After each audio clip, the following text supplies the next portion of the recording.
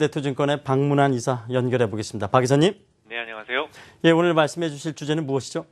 네, 오늘 새벽에 드라기 ECB 총재가 양적 완화에 대한 발언을 했는데요.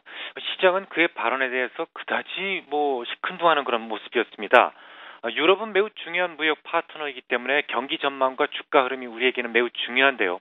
경기를 살리기 위한 양적 완화 발언이 왜 묵살당했는지, 또 향후 주가 전망에 대한 강력한 키워드가 무엇인지를 고민해 보겠습니다. 오늘 새벽 마리오 드라기 ECB 총재가 벨기에 브뤼셀에서 열린 유럽 의회 분기별 증언에서 이렇게 이야기를 했습니다. 인플레이션이 너무 낮게 유지될 경우 자산 매입 프로그램의 규모를 강화시킬 수 있다라고 말이죠. 이것은 곧 양적 완화 조치에 나설 가능성을 또다시 강하게 언급한 것이죠. 이 드라기 총재는 사전 배포 자료를 통해서 ECB는 주어진 권한 내에서 추가적인 비전통적 도구를 사용할 준비가 돼 있으며 너무 오랜 시간 저인플레이션 기간이 이어질 리스크를 줄이기 위해서 비전통적인 개입 규모 혹은 구성을 변경할 것이다 라고 했는데요. 무지하게 어렵게 이야기를 했습니다만 결국 그가 말하고자 하는 것은 지난 4일에 추가 금리 인하와 더불어 발표했던 자산 유동화 증권 그리고 커버드 본드에 대한 매입 계획을 다시 강하게 강조한 것이었습니다. 좀 더 구체적으로 드라기 총재는 현재 2조 유로 규모인 ECB의 대차 대조표를 2012년 초 수준까지 올리겠다고 그랬으니까 그냥 3조 유로 정도 수준까지 보시면 되겠고요. 그러니까 최대 1조 유로 규모의 국채와 ABS를 매수하겠다라고 선언한 것이나 다름이 없습니다. 이른바 미국식 양적 완화죠. 굉장히 호재 아니겠습니까? 평상시 같으면 이런 발언은 매우 강한 호재가 될 수 있었는데요. 이 뉴스가 나오고 시장이 살짝 한 0.2포인트 정도 상승하더니만 그냥 냉랭하게 뉴욕 시장 마감을 했는데요. 아마도 독일 때문이 아닌가라는 생각이 듭니다. 바로 지난주에 바이트만 독일 중앙은행 총재는 ECB가 사들이는 ABS에 대한 법적 보장에 반대한다라고 밝혔었고, 곧이어서 독일의 넘버 2죠.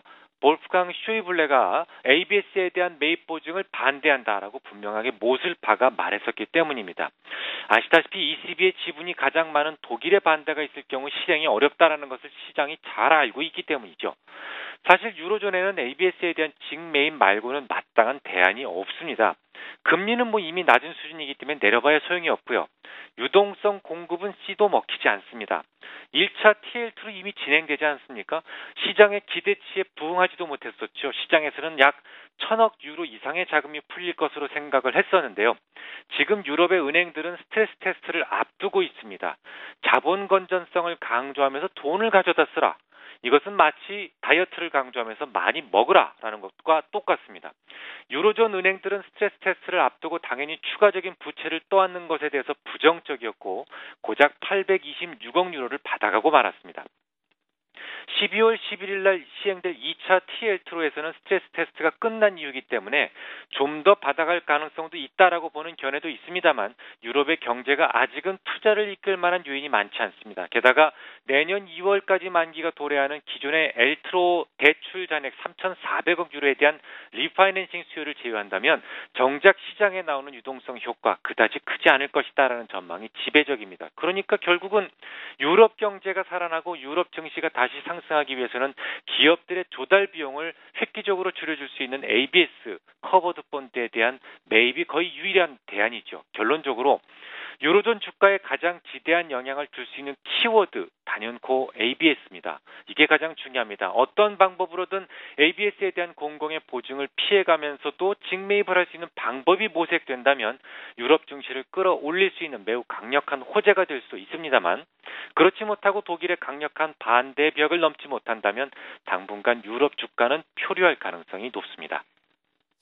그럼 유럽 증시의 시나리오별로 국내 증시에 미치는 영향력 어느 정도가 될까요? 우리나라로 봐서도 상당히 큰 무역 파트너입니다. 그런데 더 중요한 것은 바로 중국이죠. 중국은 미국보다도 유럽에 대한 대무역 비중이 굉장히 높습니다. 또 우리나라는 중국에 대한 비중이 높고요. 그래서 유럽이 만약에 경제가 별로 안 좋아진다면 중국에 영향을 주고 중국에 영향을 준다면 우리 무역에도 우리 수출에도 영향을 줄 수밖에 없습니다.